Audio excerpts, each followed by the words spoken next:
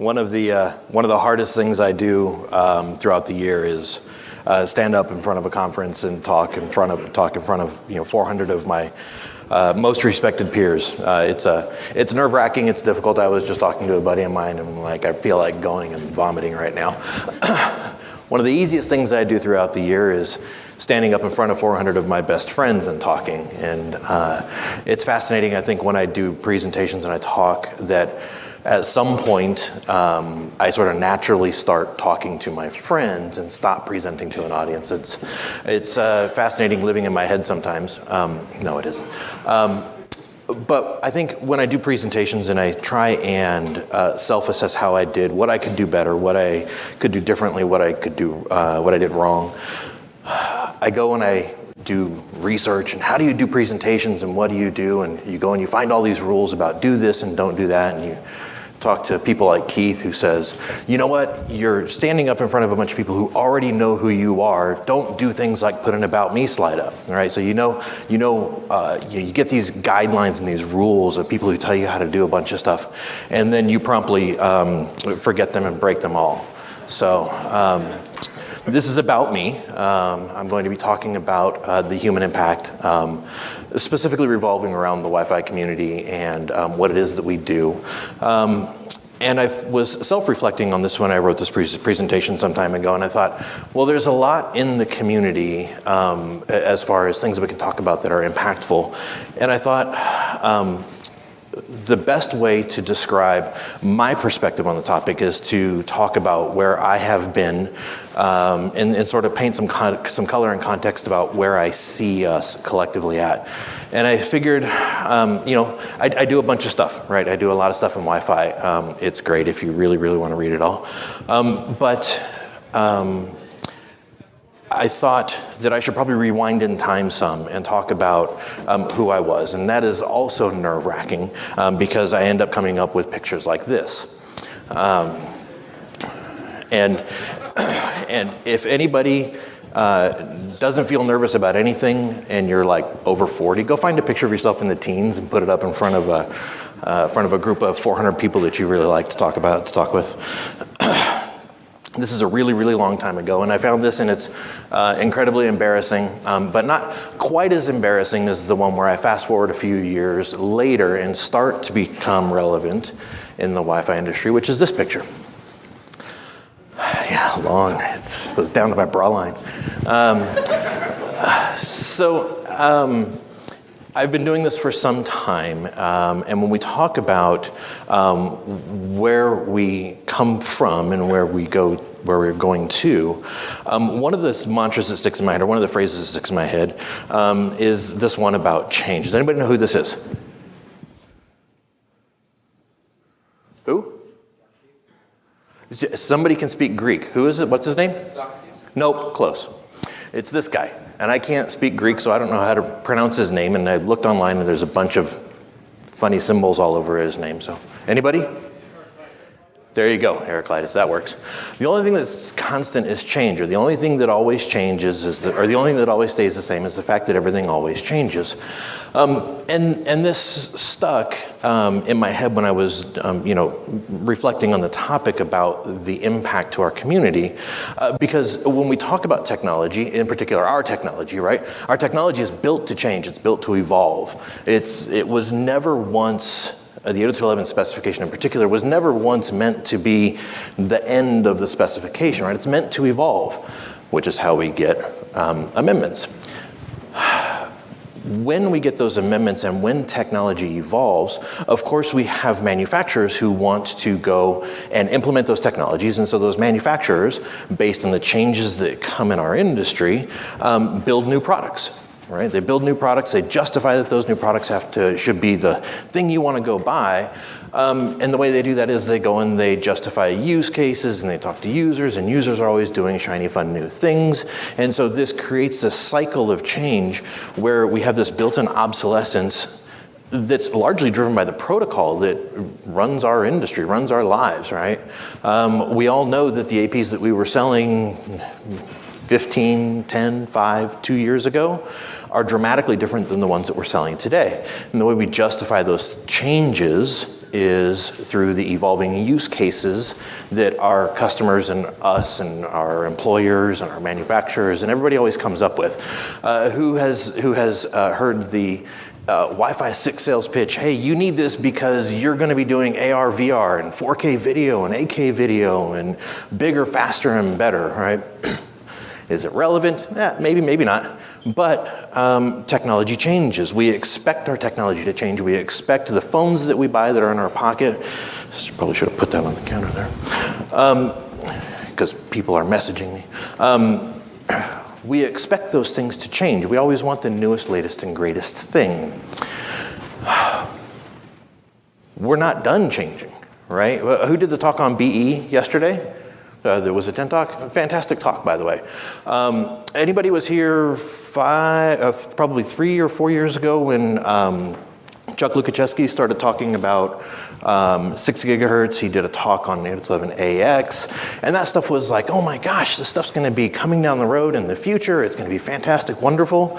And then lo and behold, here we are today with readily available hardware and solutions. Things change, and BE and all the rest of these things are a great example of things that are going to be coming, hopefully, at some point in our reasonably immediate future, which means that we're always going to be riding this change of continuing to evolve as the technology evolves. The technology, the standards that we run and operate are built to evolve. People, not so much. Products are conceived of, designed by, manufactured by people. People are stubborn and fallible. People are subjected to constraints. Not everybody knows everything, right? We have a limited mental capacity. That's not derogatory, right? It's rare that you find somebody who has memorized the entire 811 specification, much less every vendor's implementation of what they perceive those things to be. And that we have a limited amount of brain power that we can spend on these problems, this problem of evolving technology. We're all distracted. What did we do last night? We went out and we did retro gaming and we did Lego building, as well you should, right? We should be distracted individuals, unless you're Keith, in which case he lives and breathes it all, right? But we're really not built to evolve. That sort of runs contrary to what our nature is. Who was told during their annual review by their boss, you're doing a great job, but you're doing too much. We want you to do less next year, and by the way, we're going to give you some more resources to do less with. Yeah, one over there. Yeah, you're fired. Tools evolve, methodologies change. Look, the way we do Wi-Fi designs today is not how we did it 10 years ago. Hell, it's not how we did it 5 years ago. If we look ahead in 5 and 10 and 15 years, what we do today isn't what we're going to be doing then. The way we work changes, and that creates a lot of different problems. Who lives in an organization that's just mired down in tribal knowledge hell? Right? Nothing is written down. There's the one guy who's over in the corner who knows everything, and good Lord, don't fire that guy because then we're going to be out of business. The flip side of that conversation is process hell. Who lives in the process hell organization, where you can't get an ACL change done on a firewall for 3 months because it has to go through everybody's hands?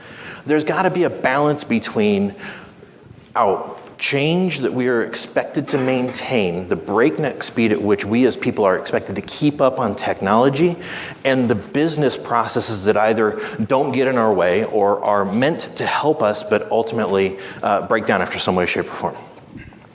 Attrition can be good, attrition can be bad. They say everybody brings light to a room. Some people bring light to a room when they enter, some people bring light to a room when they leave. We've all had situations. Has anybody been at their current employer for more than 5 years? More than 10 years? More than 15 years? Okay, so everybody who has not been at their employer for that dramatic expanse of time knows what it's like to move into an organization, which means that you left an organization. Those that have been, the handful of the few in the back that have been at their organization for over 15 years have seen people come and go. People entering into our organizations and leaving our organizations can be a blessing, can be a curse, right? We like the fact that we get new blood. We like the fact that some people who maybe had some bad habits left. We dislike the fact that the people that had good habits left and they went somewhere else. It's all change. Everybody here went to their boss and said, hey, I want to go to WLPC. And the boss said, cool, here's the credit card, have fun. Anybody? 1, 2, 3, yeah, Keith. Yeah. Touche. Most people have to justify what it is they do and how they're going to keep ahead of these evolving technology changes. And that has a very, very, very real impact on us. One of the rules they tell you when you're presenting is don't put comics on stage. Well, requisite comic to prove the point, which is, my concern is if we train our engineers, what happens if they leave? And the counterpoint to that is, well, what happens if we don't train them and they stay? Right? The problem is that we walk a fine line between enablement, staying on top of technology changes, and making sure that we retain value to our respective organizations. And it doesn't matter if you're an infrastructure manufacturer or a VAR or an enterprise or a training organization, it doesn't matter. We all walk this fine line of making sure that we stay relevant in the industry and that we stay gainfully employed, right? We generally tend to be capitalistic people. And of course, man, everybody's got an opinion. Everybody's got a blasted opinion, right? It's the social media problem of today. You give somebody a platform and of course they're gonna wanna say something or not say something. Good night, you can hardly find a topic that doesn't have some level of contention. It's just the way it is, it's the world we live in, right? From an outsider's perspective, we're a clique. We, us, all the 400 people in this room, we're a clique. We shame bad fi, right? We see people that hang an AP on a wall and we point at them and laugh and go, ha, you're an idiot, what did you do? We shame people who get Wi-Fi 6 wrong. Anybody here see the Network Chuck fiasco on Twitter? The route switch guy who was like, oh my God, this Wi-Fi 6 stuff is fantastic. He's got like a gajillion followers. And he did a blog video and he's like, Wi-Fi 6 is a switch. And we all laughed at the guy, right? We berated the guy because he got it wrong. Yeah. From an outsider's perspective, that makes us look really bad. We shame vendors that have silly defaults. Well, okay, maybe they deserve that one, but sorry, Ruckus, or is it Comscope now, or sorry, Mo. We shame people who aren't CWNEs for claiming to be experts. We shame people who are CWNEs because, oh, you took the easy test, therefore you're not as much of an expert as I am.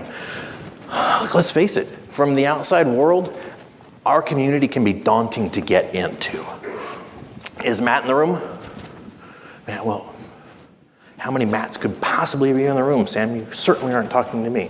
Is there a Matt in the room at TCP/IP DHCP on Twitter? Matt, stand up.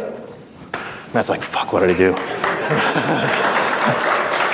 Matt, you said something on this topic recently. Do you remember what it was? No. I'll remind you. I have to be honest, I'm so new to Wi-Fi, I was a little scared to go to WLPC.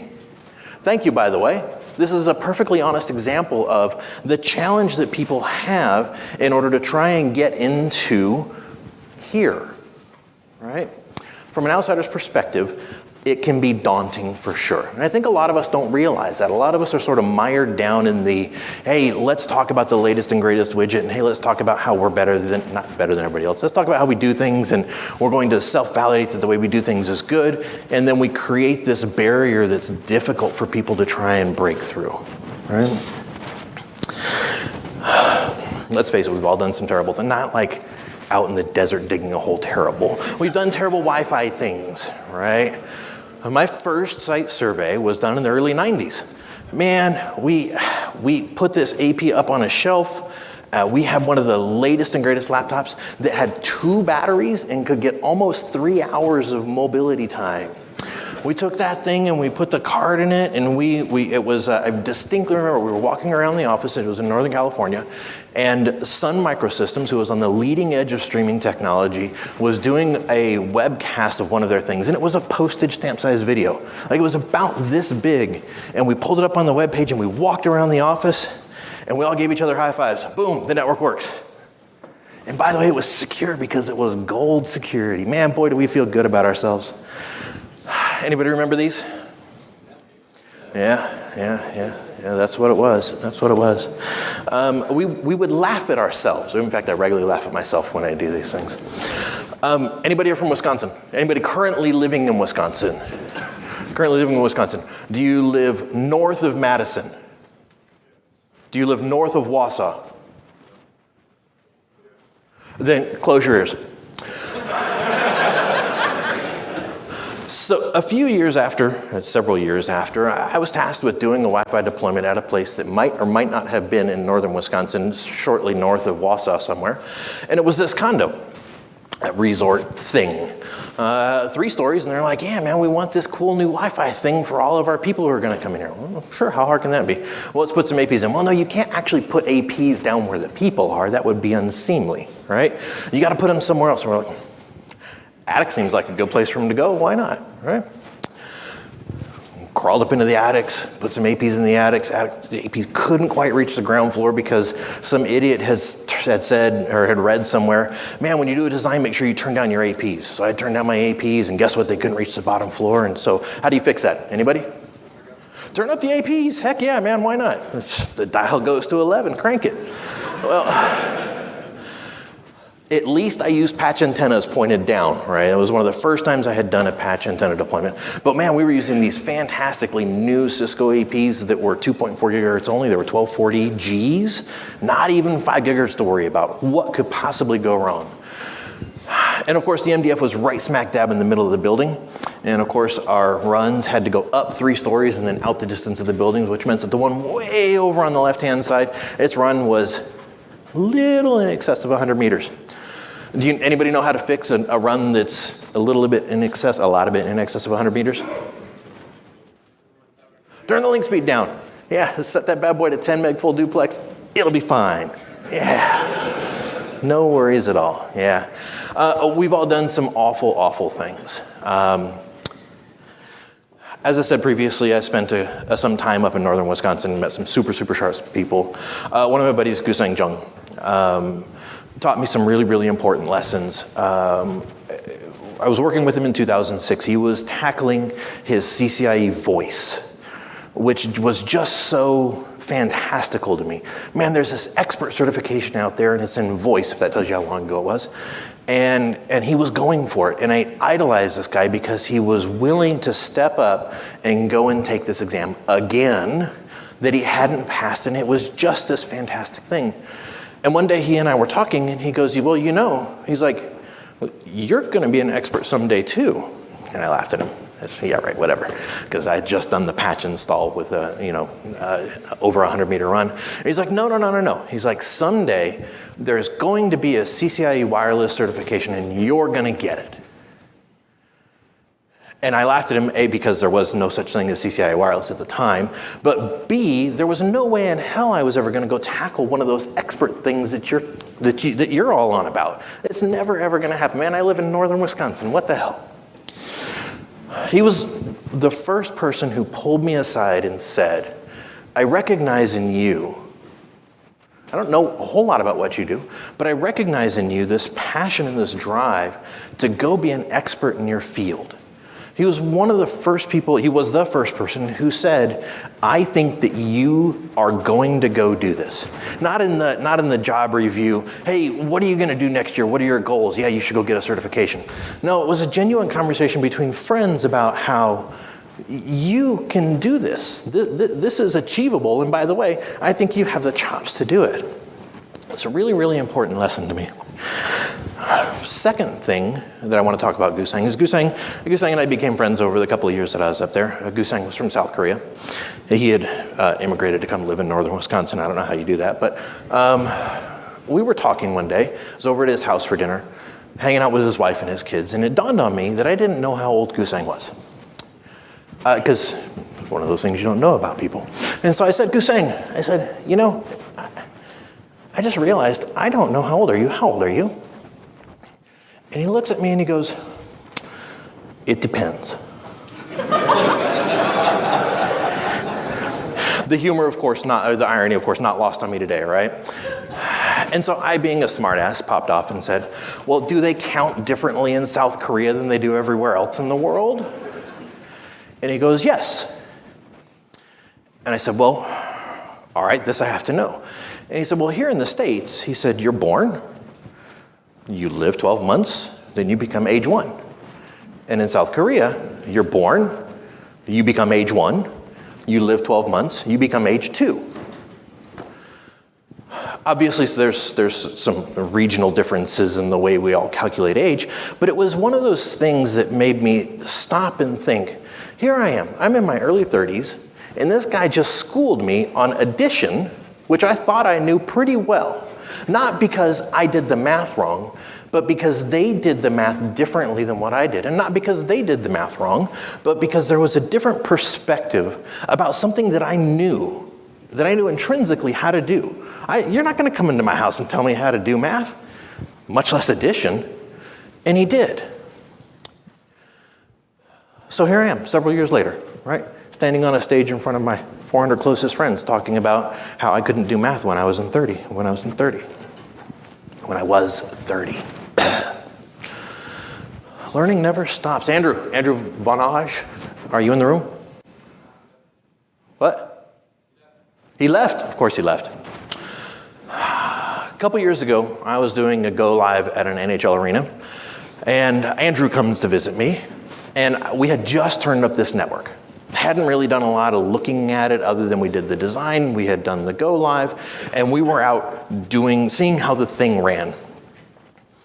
And he goes, man, he's like, let's look at the packets. And I'm like, let's look at the packets. Why else wouldn't you go look at the packets? And we pull these up, and he goes, man, that's really, really strange. And of course, guess what happens when you're doing a go live at an NHL venue? You have problems in 2.4 gigahertz, shock and amaze, right? And so we pull up the packets, the frames, and we see these things right here. I don't know if you guys can see way back in the room, but we see these null data frames, and we see them being sent to this destination address. Now, this destination address is a Broadcom address. But what's difficult to peel out of this at first glance is that the last 3 OUI of the Broadcom address is 1, 2, 3. Now, what are the chances that the one Broadcom NIC that ends in 1, 2, 3 happens to be the one that's getting all these null data frames? It's probably slim to none. So we started looking, right? And this is when it was just two guys bebopping around an arena going, hey, this is pretty neat. Everywhere inside of this arena, we were seeing these frames at somewhere between -50 and -40 dBm. Loud. Everywhere. Ice level. North. South. 200s. 300s. Didn't matter where we were going. It was the same frames over and over and over again. Go through the vomitory out into the concourse. Everything drops down to like -80. It's clearly somewhere in the bowl. We go back in. Well, what do you do when you're trying to track something down? Well, you walk around until the thing gets really, really hot, and then you go, I think I'm close to it. Let's look around. Well, we tried that, except it was everywhere. Literally everywhere. About 5 minutes after the game, they stopped. We figured it was game related. So we went to the frequency coordinator. We asked the IT guy, who's your frequency coordinator? They go, oh, that's Bob. I went, wow, you have a frequency coordinator? Let's go talk to Bob. So we go down to the bowels of the thing and we find Bob, and they go, Bob, man, these guys were doing this Wi-Fi thing. They want to make sure there's nothing running at 2.4 gigahertz. We told them that you were the frequency coordinator. Bob goes, well, yeah, all right. He's like, let's look at it. There's this cardboard that's been torn, and on the cardboard is Tim, 400 and something megahertz, Joe, something else. And it's pinned to the wall in his office, the frequency coordinator, on a scrap sheet of paper. And he looks and he goes, nope, nobody's in there. Ultimately, what happened was, this is a very dissatisfactory story, by the way. Ultimately, what happened was the organization determined that it was not worth the time, energy, and effort to go track these things down. And they said, it's clearly something game related. We don't care if you want to try out this all 5 gigahertz design. Let's just turn it off. And so we did. It was one of the first 5 gigahertz deployments we did. Never did find out what it was. Turned off 2.4 gigahertz. Network works fine. Never ever stop learning. This was, again, very, very recently. And it's one of those things where you go, man, I had some Wi-Fi performance issues. As Peter would say, the packets never lie, right? And sure enough, the packets didn't lie. Now, we didn't find it, but we were able to identify what the problem was and ultimately work around it. How do we manage our information intake? There's a lot of things coming at us full speed, isn't there? Social media can be a double-edged sword. And yeah, there's a lot of it out there. Slack IRC can be a welcoming but overwhelming. I was talking to somebody the other day, who was I talking to? They said they were logging into Slack and there was like hundreds of thousands of messages that they just couldn't get caught up on. There's a lot of people that talk about a lot of stuff. Blog posts can be tedious, hit and miss. Man, so a couple years ago, somebody said something about, you know that it's a terrible situation you're in when you need to go do something and you ask Google for where it is, and then you're brought back to your own blog post where you have fixed the problem.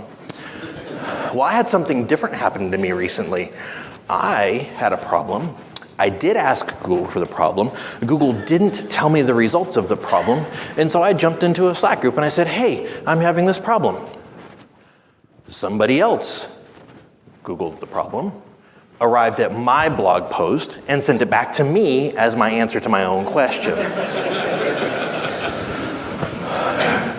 Podcasts take time, right? Podcasts are great, right? Anybody regular podcast listener?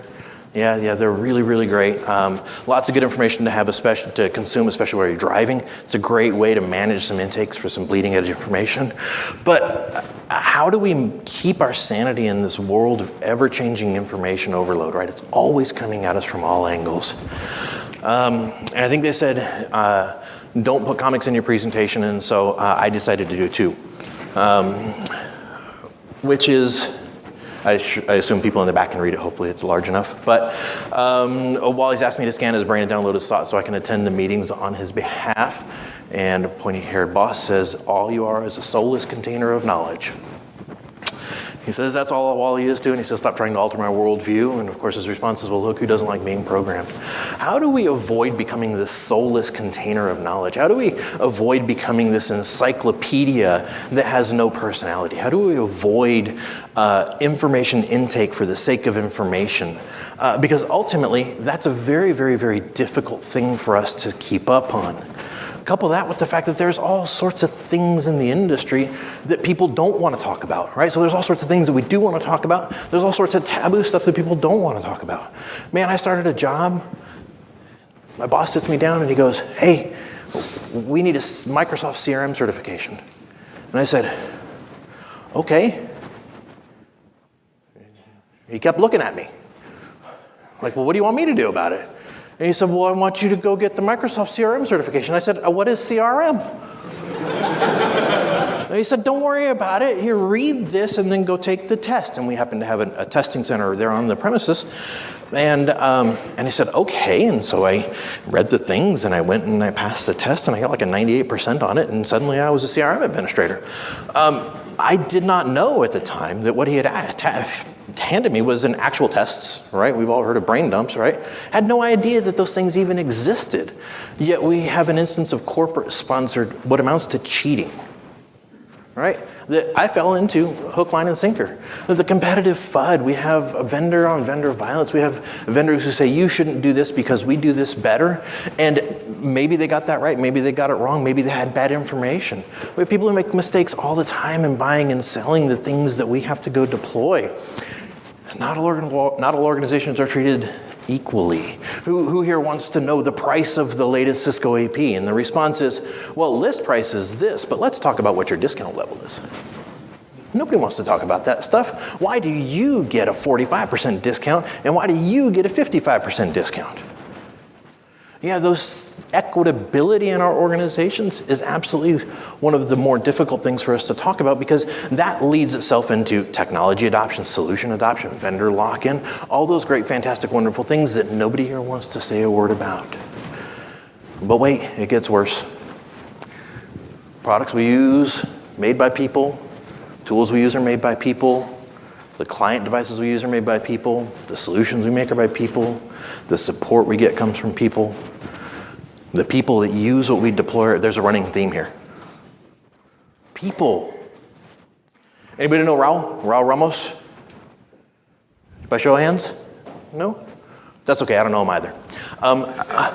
But Raul said something very, very insightful to me some time ago, and he said this.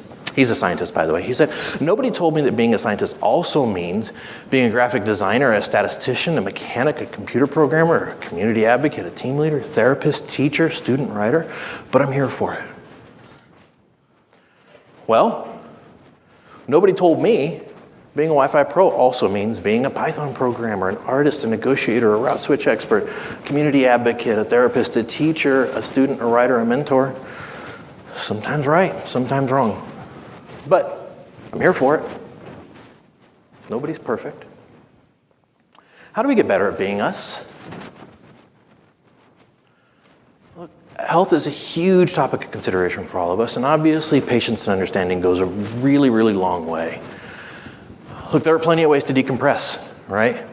I like at least one of those things, which is, I can't advocate the efficacy of them, nor am I a medical professional, I know. But find yourself a hobby, go do something, get involved with something outside of what it is we do today and decompress some, right? Our community is fantastic, right? We're all here at WLPC, right? We've got a lot of things throughout the year that keeps us busy. CWNP Trek, Wi-Fi Pro, Slack group, the Wi-Fi Awards, shameless self-plug, Wireless LAN Association, big conferences, little conferences, local meetups. Get together with somebody. Look at the community around you. Look at the people around you. And talk to the people around you.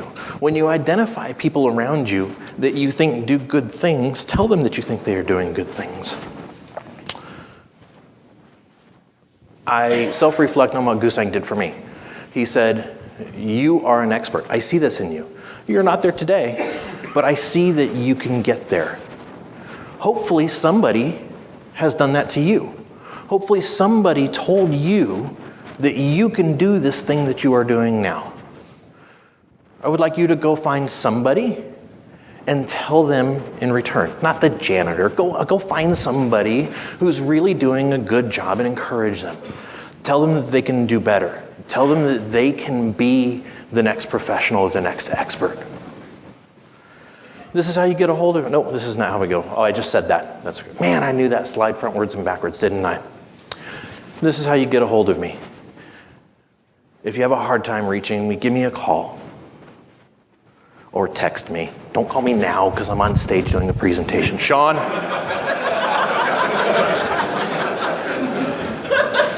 If I don't pick up, leave me a message. I'm sorry, I do take a lot of phone calls.